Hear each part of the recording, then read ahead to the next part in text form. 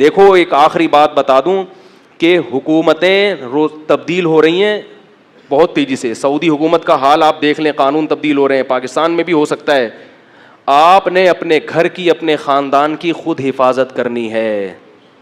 ماحول کے ساتھ اگر آپ بہہ گئے تباہ و برباد ہو جاؤ گے. یاد رکھو, اپنی بیٹیوں پہ خود کنٹرول کرنا ہے, پولیس نہیں کرے گی.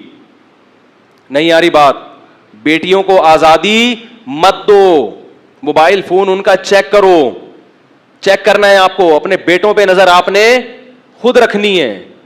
اگر آپ ابھی ماحول کے سامنے کمپرومائز کر لیں, مس گیدرنگ میں نہ خود جاؤ نہ بچوں کو بولو ہمارے ہاں مس گیدرنگ نہیں ہوتی, ختم. سعودی عرب میں بھی اب سنا ہے کہ آہستہ آہستہ وہ مس گیدرنگ بھی شروع ہو رہی ہے اور لوگ بڑی تیزی سے اس کی طرف آ رہے ہیں. ایک اچھا بھلا ایک گلشن بنا ہوا وہ ہماری آنکھوں کے سامنے اجڑ رہا ہے. تو لوگوں نے اب خود کرنا ہے جو کچھ کرنا ہے. سمجھ میں آ رہی ہے بات؟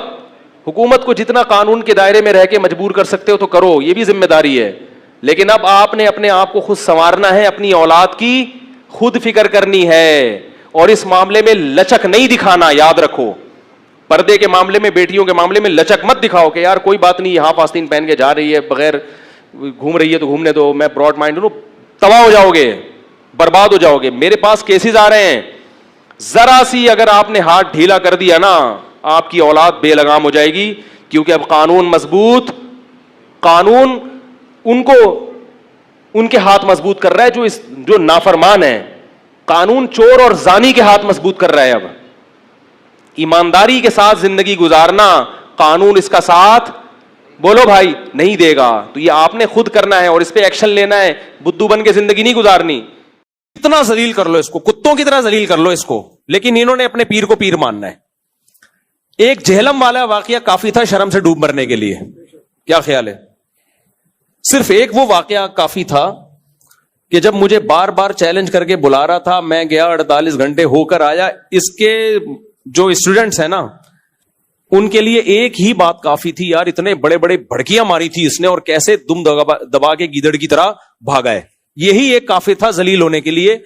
لیکن اتنا کافی نہیں ہوا. اس نے کہا کہ نہیں, اس کے نا مجھے ایک واقعہ یاد آتا ہے. ایک آدمی کی لڑائی ہوئی تو اس کو پتا تھا میں سامنے والے سے پٹوں گا, تو بھائی تو چیلنج ہی نہ کر, کمزور ہے. تو سامنے والے کو کہتا ہے کہ لڑائی کی کہ تو ذرا مجھ سے مقابلہ کر. اس نے آ کے کوٹ دیا طبیعت سے, اب ذلیل ہو گیا.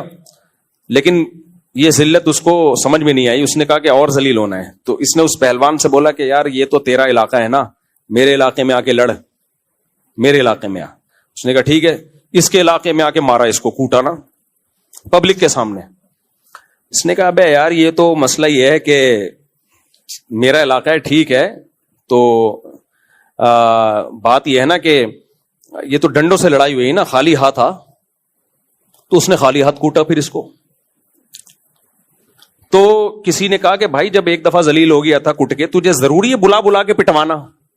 بہتر نہیں ہے جان چھوڑ دے, تو لڑائی نہ کر. تو یہ جو بیچارہ انجینئر علی مرزا, اس کا بھی یہی حال ہے. اس نے ایک دفعہ مجھے چیلنج کیا, آ جاؤ قیامت تک نہیں آئیں گے. میں وہاں چلا گیا, بھاگ گیا. پھر اس نے چیلنج کیا, ہاں بلکہ چیلنج کہاں سے شروع ہو رہے ہیں. میں نے چیلنج قبول کیا, میں نے کہا ٹھیک ہے میں بحث کرنے کے لیے تیار ہوں آپ سے.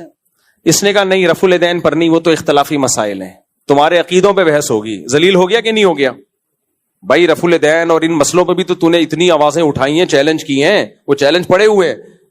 ذلیل ہو گیا کہ لوگ سمجھ گئے یہ رفع الیدین پہ بات ہی نہیں کر سکتا. بھائی